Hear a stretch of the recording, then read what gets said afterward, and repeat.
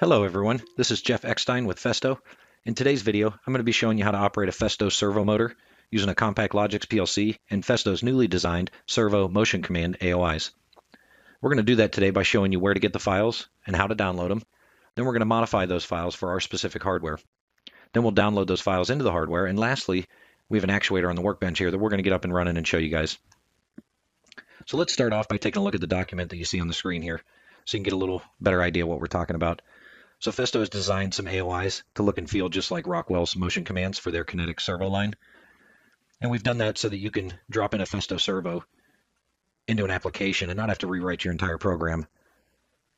So if you see on the left side here, the graphics, if you're familiar with Rockwell's motion commands, these should look very familiar to you. And on the right side, we have some bullet points. I'm not going to go through these bullet points, but feel free to pause the video and read through these to see the benefits of these AOIs versus our point-to-point AOIs in our motion library. So let's go ahead and start by taking a look at our hardware. So in today's video, we're going to be working with the following hardware, starting from the top left corner of the view. So we have 120 volt AC input to 24 volt DC output, and this is a 10 amp power supply. Then next to that, we have a Compact Logix PLC. This is an L16ER PLC from Rockwell. And next to that, you'll see our Festo servo drive. This is a CMMT AS C2 3A MP S1 servo drive. And then below that, you'll see our ELGD tooth belt actuator. This is a size 60 with a 200 millimeter stroke actuator. And then connected to that actuator, you'll see the Festo servo motor. This is an EMMT AS size 60 servo motor. Let's go ahead and look at the software that's going to be used in today's video. So we're going to be working in Festo Automation Suite and in Studio 5000 Rockwell. So for the Festo Automation Suite, we have version 2911.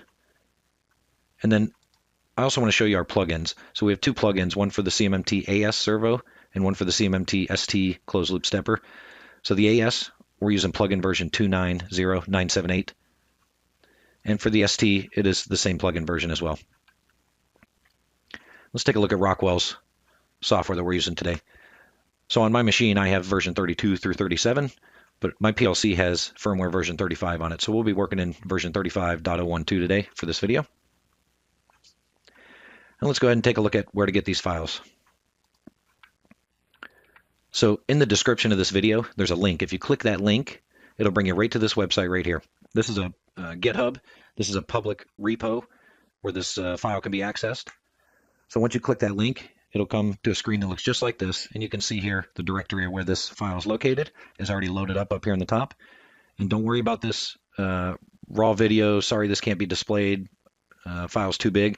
Just ignore that. That's just warning you it can't display the file. All you need to do is click the download button over here on the right side. So we're going to go ahead and do that and download this file. And then we'll go ahead and show this file in the folder. And then we're just going to work out of our downloads folder for today. I'm just going to extract my files right here.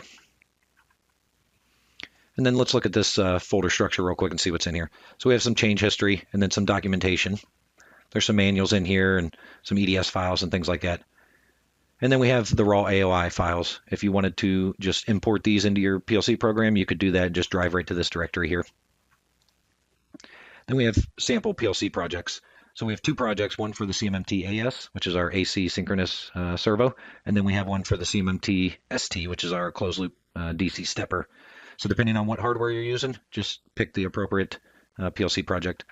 And then we have Festo Automation Suite project archives. These are the same way. We have one for the AS and one for the ST. So we're going to go ahead and start out by using Festo Automation Suite and opening up this project archive, and then we're going to modify it for our hardware. Then we'll move into the PLC side of things and get things running. So we'll start by opening up Festo Automation Suite, and then we're going to use this import tab over here on the left side, and then we're going to import a project archive and then browse for that archive. So remember, all our stuff is in the downloads folder. So we're just going to open that up and drive right to folder number 40. Let me resort these. And we're going to pick CMMT-AS because that's the servo motor and drive we're working with today. And then you'll see it throws that file name up in the preview here. And then just go ahead and click open. And then it defaults to this directory for Festo Automation Suite projects. So just leave it there. If you want to rename this, now's the time to do it. I'm just going to leave everything as default and then go ahead and save here. Obviously, my file already exists because I've done this before. So once that's opened up, it's going to bring you into this project here. And this is the project that we've provided you that is all set up for these AOIs. So it's important to use this project that we give you and not start from scratch, because there's a lot of information and parameters that are set in here that are specific for these new AOIs. So before we open up this plugin, I'm going to take you to this scan tool up here on the top and show you a couple things real quick. So we're scanning our local network. My IP address is already set on my laptop to this same subnet, 192.168.124. And even if it wasn't, it would still find these two, and you could update IP addresses from here. But you won't be able to import anything, obviously, or download anything. So just be aware of that. So I'm all set. Everything's the same subnet for me. We're showing two devices here. Really, they're the same devices. They're just two different ports. So we have an X18 port. This is the programming port that's meant to be used to connect your laptop to the drive for parameterization.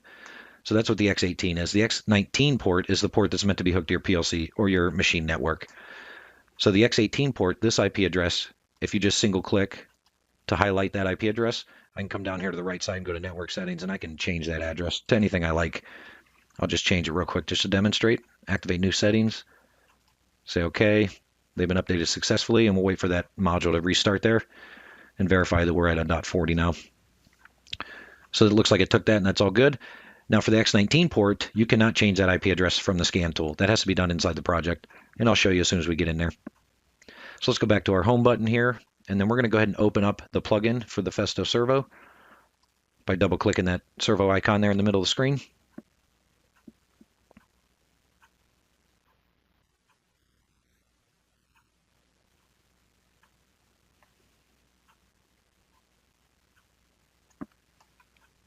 Okay, once that's opened up, I'm going to show you guys where to change the IP address for the X19 port that I mentioned just a minute ago. So if you come to the left side here in the tree and go under Field Bus, expand that and go down to Ethernet IP, here's where that IP address is controlled. So you can just change that right now, and then when you connect, it'll download that new IP address into the device. Or if you're already online, you can change it and click the Store on Device button up here at the top. So ours is, we're good with the 192.168.124.106 for this demonstration today. So we're just going to leave that as is. So I'm going to go back to my device configuration screen. So here's where you're likely going to need to make some modifications, or your first modification. So it depends on what hardware you're working with. So I do have this same exact drive and this same exact motor, so I don't need to modify these. But if you had a different motor or a different drive, you can modify them by clicking the edit button over here. That's an icon of a pencil here. Once you click that, it'll bring up the component that you have currently in the project, but then you can go back to search results and you can type in a new number, new part number, which is the numeric number, or an order code, which is the CMMT, AS, C7, etc. So I'm just going to skip that because these are correct for me. And down here, when you see the field for axis, so I do have an actual Festo actuator here. I don't have a user-defined linear axis. So I'm going to go ahead and modify this to my Festo ELGD actuator. And I can do that by, again, clicking the edit button here and going back to my search results, and I'm going to type in the part number for my actuator. It's an 8192344, and there it is. And at this point, I can select my user units if I want them to be something different than metric, but I'm going to leave that as is and leave all these as default, and then go ahead and hit apply here. And that's going to update my configuration with that actuator. And this is just a warning stating that my working stroke and my position range is changing. Yes, I agree.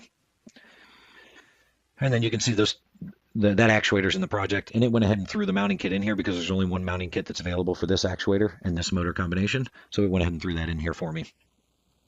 And you see when I made that change, you can see some yellow boxes that popped up over here with some numbers in them.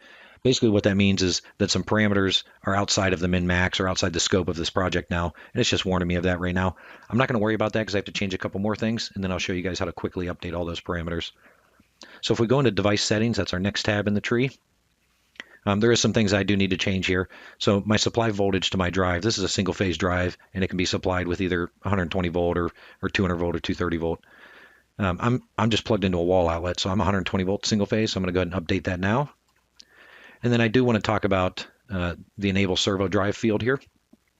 So I have my servo drive enable over field bus right now because I don't have this isn't a machine. This is just a test bench, and I'm okay with just the field bus enable. But if I wanted the enable to be controlled by field bus and I/O, so I could hardwire enable, run it through a safety relay, and switch my enable on off based on a safety circuit status, I can do that and have field bus enable And please refer to the manual for further description or documentation on these modes here. But for me, field bus enable is perfect. The rest of this I'm just going to leave at defaults here. And let's see, there's one other thing I want to check real quick. Let's go to axis here, under axis 1 and axis. So with a user-defined axis, which is what this project was set up for initially, the homing method was set to actual position. So whenever you issue a home command, wherever the motor sits, it's just going to home in that position and zero out your user units. But for me, I have an actual Festo actuator with a carriage on it, and the carriages are designed to be ran into a hard stop and do like a torque to home, and I prefer that method. It's much more accurate and consistent. So I'm going to go ahead and change my homing method to negative stop, and I can do that by searching through here and looking for the negative stop homing method. And there it is right there, negative stop, and it's homing method negative 17. So I'm going to go ahead and select that. So what that's going to do is, again, run that carriage into a hard stop. And then you can see on my graphic here, I'm not quite sitting on the hard stop. I'm about 3 millimeters away from the hard stop on my graphic here. And that's because by default, when you do a negative stop, it puts 3 millimeter offset from the hard stop.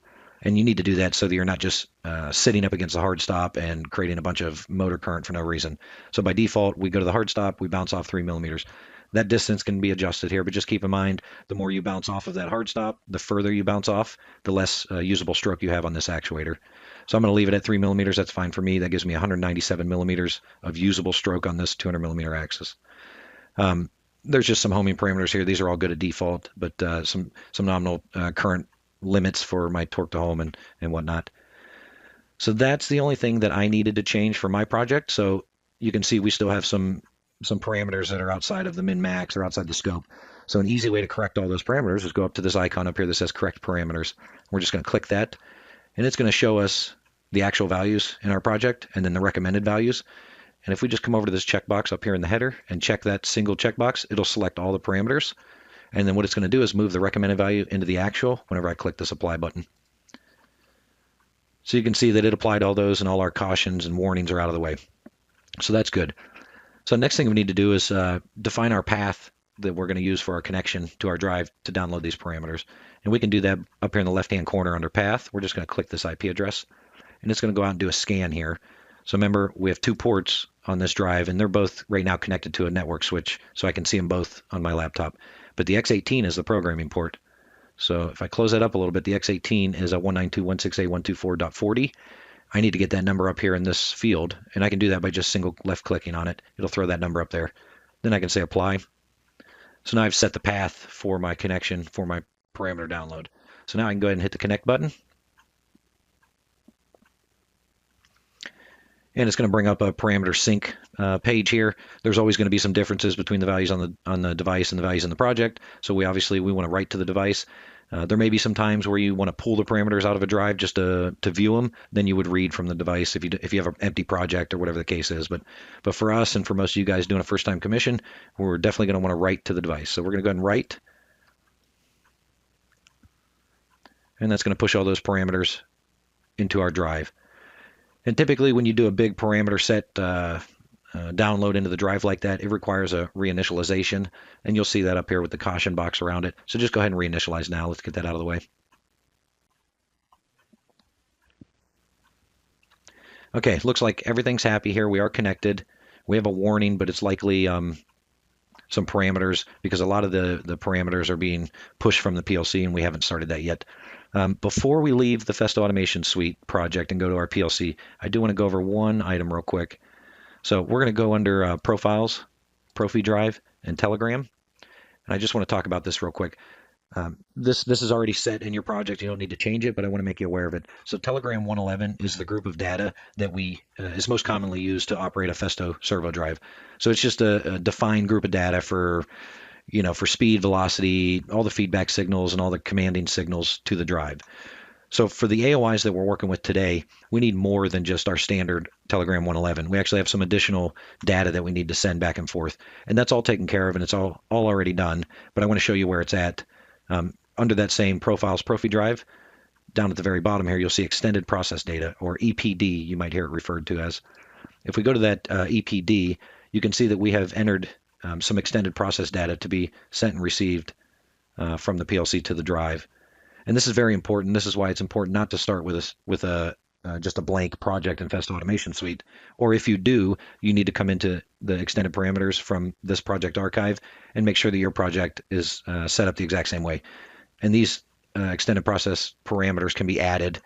We are fully maxed out here with these AOIs. That's why this is grayed out. But these can be added to a blank project by just saying add process channel and then search for that ID and then add it in the order that they show here. So wanted you guys to be aware of that. It's good to know and good to understand how we're pushing all this data back and forth from the drive to the PLC. So as far as Festo Automation Suite is concerned, we are pretty much done from this perspective. So I'm going to go ahead and switch over to my PLC, and we're going to do that by driving to our downloads folder and going into the sample PLC projects. So again, mine's a CMMT AS, so I'm going to go ahead and just open up that sample project. All right, looks like that's opened up and ready to go. So before we download this project into our PLC, we're just going to take a look around in the routine here where the AOIs are, and I'll just give you kind of a brief rundown on those before we download and start operating it. This is a very basic project. It just has our Ethernet module down here that's configured for these AOIs and this Festo Automation Suite project. So this is very important, this module and the size and how it's configured. And then we have this routine here called CMMT_control. So once we open that up, we're going to see the first AOI we come to is our Festo config AOI. And what this does is just set some configuration bits that aren't in any of the AOIs. So these things need set one time, the initial scan of your project, and then you're good to go. Or if for some reason you change, some of these major base value velocities, or you change the type of operation you're doing with your servo, these can be updated, and then you can toggle this Festo input.0 bit, and it'll one-shot and write these again. But right now it's just set up for the first download and the first scan of the PLC. It'll set these configuration bits. So while we're offline, we're just going to verify and make sure that these are all okay. Now with my project and my actuator, none of these are going to need to change. But if you're doing a rotary application, this is all set up for linear. So some of these might change for you. But the first parameter in this Festo config AOI is the config EPOS. And this is a DINT, so a double integer word value of a bunch of bits. And if we scroll down a little bit here, you'll see the breakout of that word at its bit level here. So bit 0, or the first bit in this word, is no coast stop, and the second bit would be no quick stop, and then software limits active, hardware limits active, so on and so forth. You can kind of read down through here. So ours is set to an 11, which if we monitor this axis config tag here, and then we just expand that out and expand out our config EPOS, and we look and see that the first, second, and third bit are on, which if you sum those up, that equals 11. And those first, second, and third bits can be seen right here. So that means that no coast stop is on, no quick stop is on, and my hardware limits are active. So that's what that refers to. So if you need to modify any of these, you just go back into that monitor function we were just in and just toggle those bits on, and that'll change this number. So then below there, again, these are just target velocities, A cell, D cells, jog velocities, so on and so forth. This is just setting a number in there initially until the jog or the MAM is ran. If you try to run those for the first time with a value of 0 in there, it could potentially fault out the AOI. So this is just setting some initial values in there. And then once you run those AOIs that we're going to look at down below here, the values will be set then. And then once we get down below those, you see a base value velocity here. This is a parameter that's inside the Festo Automation Suite project. So however you set up your Festo Automation Suite project, that will determine this value. And this can be retrieved from the Festo Automation Suite project and then pasted into this AOI. For me, it's the same. I've verified all these numbers already, but I'm just going to show you real quick. Right up here in this description here, we have base value velocity, and you can retrieve that from the Festo Automation Suite project under parameter P1.11280701. So let's go do that real quick. We'll bounce over to FAS, and we will go down to the bottom of our tree here to our parameter list. And then up in the top here, there's a search bar here. So we're going to type in that parameter and look for that. And it'll filter as you're typing. So if you type slow enough, you'll see it kind of cascade up into the final parameter you're looking for. But this is what we're looking for here. I'm just going to copy this value and paste it into my AOI here. And obviously it's the same, but that's the process you would go about to set these values from base value velocity all the way down to upper limit modulo. Those all get set the same way. Just find it in Festo Automation Suite, copy it, and paste it in here. All right, let's go ahead and move down a little bit more. There's a rung of code here. It's just got some monitoring bits on here and your actual position, target position, config EPOS, some of those things. These are just for monitoring purposes. They're not needed for the project, so this can be deleted or not exported, however you feel you need to do it. And then we move down a little bit more, and we have our Festo input assembly AOI here. And this is just taking all the data that is coming into the PLC program from the drive and manipulating it how it needs to be manipulated so that the PLC can see it the way it needs to see it. And this basically, as long as the connection is not faulted, this is running. Then let's move down a little bit more. We have our AOIs that should look fairly familiar to you guys if you've used Rockwell's motion commands. So we have our Festo motion axis fault reset, and then we have our motion servo on, motion servo off, and then our motion axis home. And something important to note about the motion axis home AOI is the type of home that you're doing is defined in Festo Automation Suite, and then this is just going to call up that specific type of homing method that we selected earlier. If you remember, ours was set to actual position, and we changed it to negative stop. So when we issue this MAH here, it's just going to do a negative stop home command.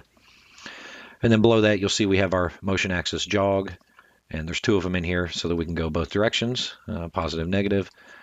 And then there is jog speeds and A cells in there. And then below that, you'll see the motion axis stop AOI, which is used to stop your jogging, just like in Rockwell's motion commands. And then we get down here, we have our Festo motion axis move AOI. And there's just three of them in this project, just so you could do three different moves if you want. And then we'll get into that a little more detail once we start running our actuator here. And then below that, and lastly, we have our Festo output assembly. So these are all the commands that are coming from the PLC to the drive, and as long as the connection is not faulted, then this output assembly is running. All right, so that's a quick rundown on the AOIs. Like I said, we'll get in a little more detail once we download this and start operating our servo. So let's go ahead and do a comms who active, and we're going to look for our PLC. And mine should be underneath my Ethernet to Ethernet module here. And should be this device right here, the L16ER. So we're going to go ahead and select that, just go download.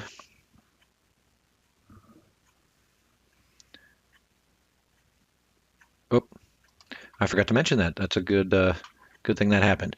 So depending on what version firmware is on your hardware, you need to change your controller type. So right now, we give you these sample projects in version 32. It's the lowest version that we've released for these AOIs. So most people are using something higher than version 32, but you can't go backwards in Studio 5000. So we leave it at version 32, and then you can upgrade to whatever you need. So for me, I'm at version 35, as I said earlier, and my controller is this L16ER. But if you had a different controller, you can change that right here. And I'm going to go ahead and just bump this up to 35.01. And I don't need to save the changes on this project. I just need to update.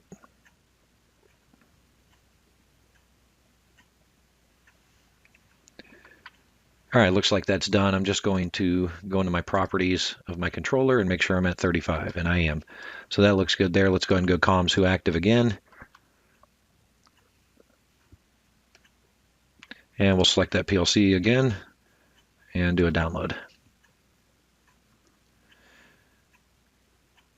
And this time it's going to go because we have the correct software version and hardware version.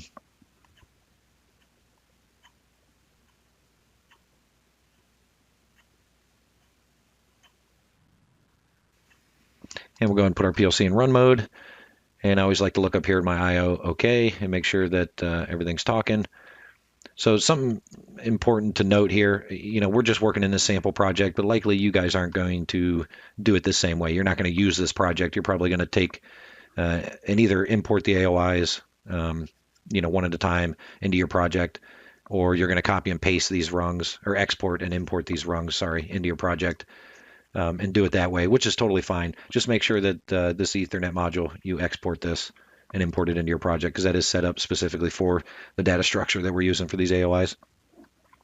And we always recommend, obviously, to select your rungs by clicking, holding Shift, and then click again, and then you can export all those rungs and import them into your project. When you do an export import, it'll create the tags for you, in the right scope and the right data type and all that kind of stuff. So that's the way we recommend doing it. You're welcome to just export AOIs right out of here as well, or you can get them out of the downloads file from the files we retrieve from the GitHub. So it looks like everything's good. Our IO's okay, and no issues, no faults on the controller, so I'm all good there. You can see that our config AOI went done because of that system first scan. But again, like I said earlier, if you need to change any of these, just edit this rung, change these values to what you need, and then you can toggle this input bit here, and it'll one-shot those in to the drive. So we'll go ahead and scroll down here, and we're going to go ahead and turn our servo on, and I'm going to switch my screen to show my hardware and my screen, and hopefully it doesn't block too much of what I'm doing here. I'll try to keep what I'm doing towards the top of my screen. But we're going to go ahead and just turn our servo on by toggling this Festo input.2, and it's going to unlatch as soon as I toggle it, but it'll one-shot this MSO. So we're going to go ahead and do that, and that MSO went on, and I can hear my servo. It is enabled. The next thing we're going to want to do is home this actuator. So if you see on the screen down in the bottom right there, so the ELGD is down at the bottom of that view, and the black carriage that you see kind of in the middle of that ELG actuator, that is our carriage that's going to move. So that should start moving in a negative direction towards the motor up against that hard stop. And then once it torques, it'll move off 3 millimeters, and then it'll zero out our user unit position at that point. So I'm going to go ahead and toggle that home bit, and you'll see our carriage moving towards the motor there. And we'll wait for it to hit the hard stop, and then bump off 3 millimeters and home. So that's perfect. So I'm going to go ahead and scroll down and just verify my actual position real quick. And you can see here on this little compare block here, my actual position is 0. So that's good. So let's go ahead and try and keep this in the screen. We're going to go ahead and jog. I'm not sure which direction is going to move it away from the end stop there, but we're going to start with a jog 1 in direction 1. And that was the wrong direction. So that moved up against the hard stop and faulted the servo. But this is good because we can go up here and do a motion axis fault reset, and then a motion servo on. And then we'll come back down and we'll jog our other MAJ with a direction of 0. So I'm going to go ahead and issue this jog, and then I'm going to bounce down and issue a stop. So we'll just jog it a little ways away from the end stop. Then I'll go ahead and stop that carriage there. Then we can jog in the other direction and stop.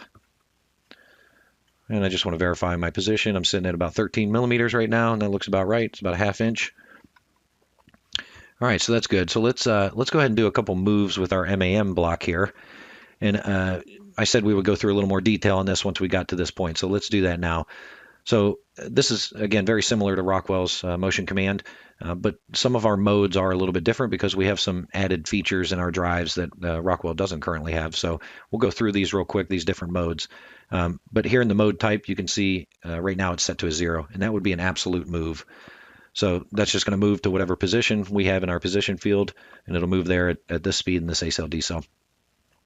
So if I want to do an incremental move or a mode 1, I can put a 1 in my move type, and that's going to move incrementally whatever distance I put in here. So if I want to move incrementally 10 millimeters every time I issue this MAM, I would put a move type 1, and my position would be 10, and it'll move 10 millimeters every time I issue this MAM.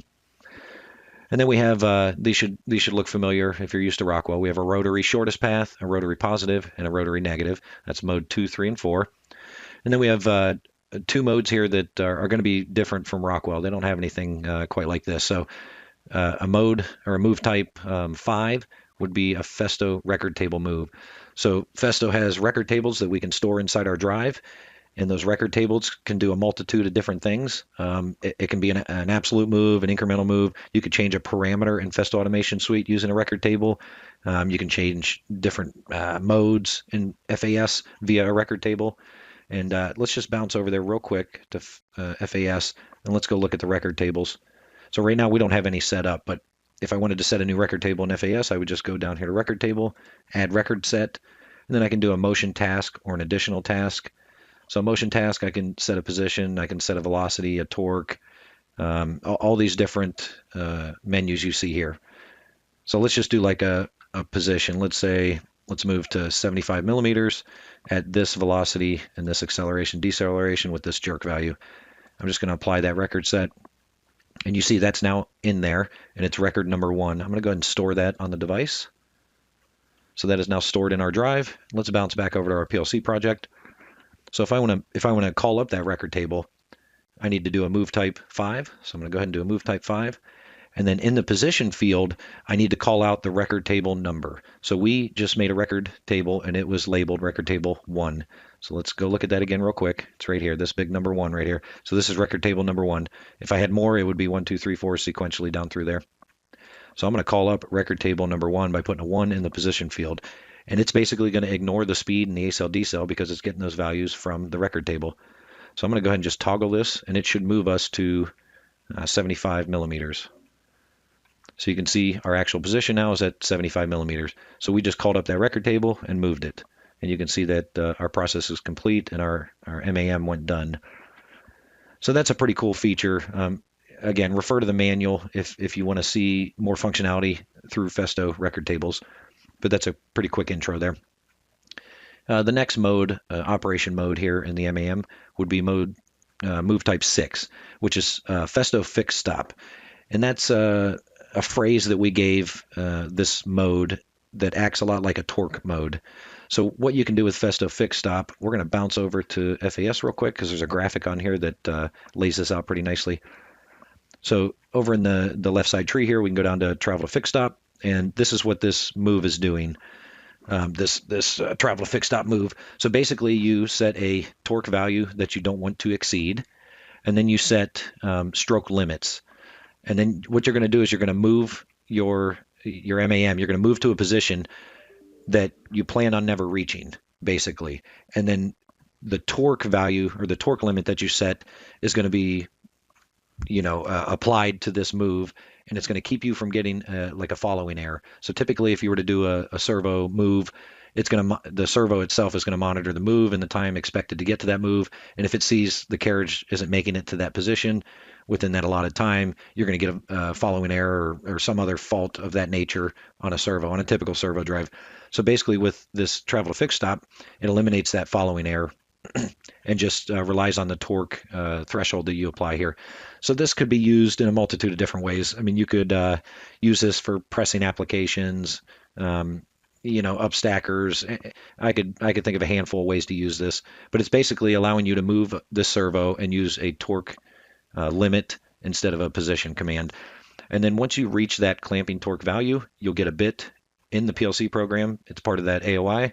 You'll get a bit that says clamping torque reached. And then fix stop is basically this bit will come on once your following error builds up to a certain point based on your damping time and your following error limit value. So you have a distance and a time window here that you can manipulate. But basically, as soon as you reach that torque, the clamping torque reach is going to come on. And then very quickly after that, the fix stop reach bit will come on. And when those two bits come on, you know that you're at the position where the motor's not moving anymore. Your following errors build up and expired via these parameters up here. So that's kind of a cool feature. We're not going to use a Festo fix stop move today because I don't really have any way to stop my carriage without reaching over there and just stopping it. But again, more information on that can be found in our manual. So let's go ahead and go back to just like an absolute move, and we'll do a couple moves here. We're sitting at 75 millimeters. I'm just going to put a 0 in here, and we're just going to move back to 0 at 50 millimeters a second, which is a fairly slow speed. That's about 2 inches a second. And let's go a little further. Let's go 150 millimeter position. Let's go ahead and make that move, and you can see on the screen there, our carriage is moving. And we can go ahead and speed this up a little bit. And move back to 0, and so on and so forth. And as far as max values on speed, that can be seen in your Festo Automation Suite project. Let's go ahead and put a number in here for our position. We'll move to 150, a little bit faster here, so on and so forth.